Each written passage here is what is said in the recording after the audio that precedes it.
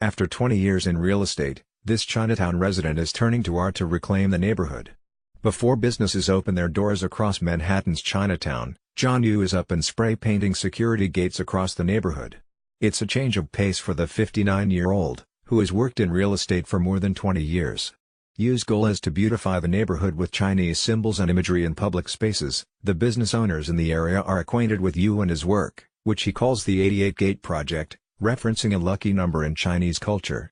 "I noticed that some Westerners had sprayed some beautiful pictures on the gates, so I wanted to give it a try," Yu said in Cantonese, adding that he always loved drawing as a kid. Born in Hong Kong and now living in Chinatown with his wife and 2 daughters, Yu said he feels like he's achieved the American dream. They are homeowners, active members of their communities, and have had successful careers. But while Yu's life story may be aspirational, the reality of how much New York City has changed in the last 2 decades, rising rents, gentrification, is unavoidable.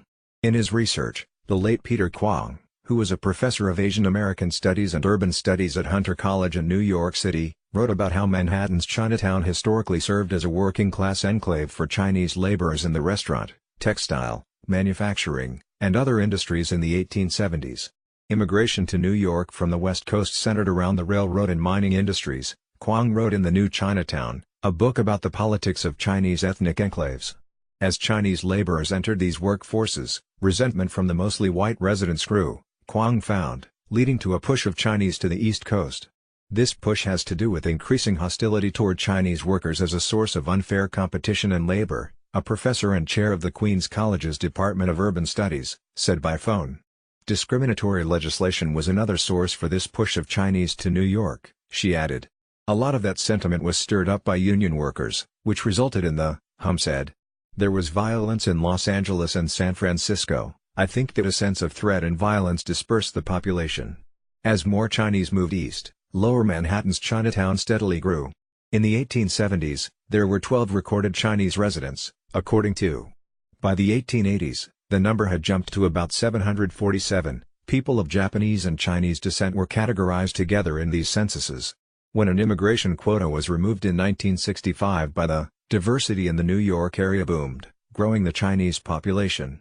There has also been a change in the cost of living in the area. Asking median rent in Chinatown and the Lower East Side jumped from $2,495 to $3,000 between 2010 and 2017.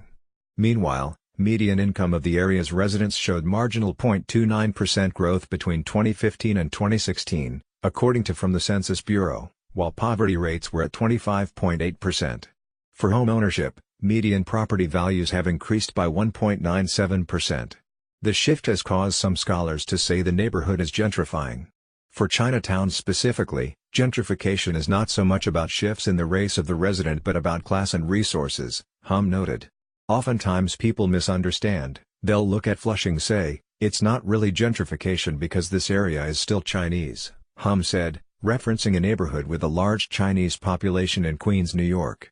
But Flushing is no longer geared at serving the needs of a more working-class population.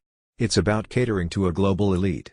When you're talking about immigrant enclave communities, it's different, she added. Kwong has also seen the possibility of a shift. When asked in 2009 if he thought Chinatown might be lost due to gentrification, if you define Chinatown as a place where people work, live and socialize, then it will most likely disappear.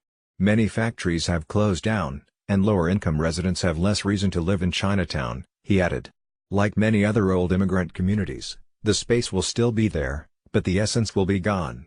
For John Yu, since his first painting in June, the 88 Gates project has been his way of helping preserve that essence. It's important for him to add a sense of Chinese representation to things that are slowly, possibly becoming lost, Winnie Yu, John's daughter, said. He's trying to put Chinese landscape, symbolism, and his representation of Chinese history in Chinatown.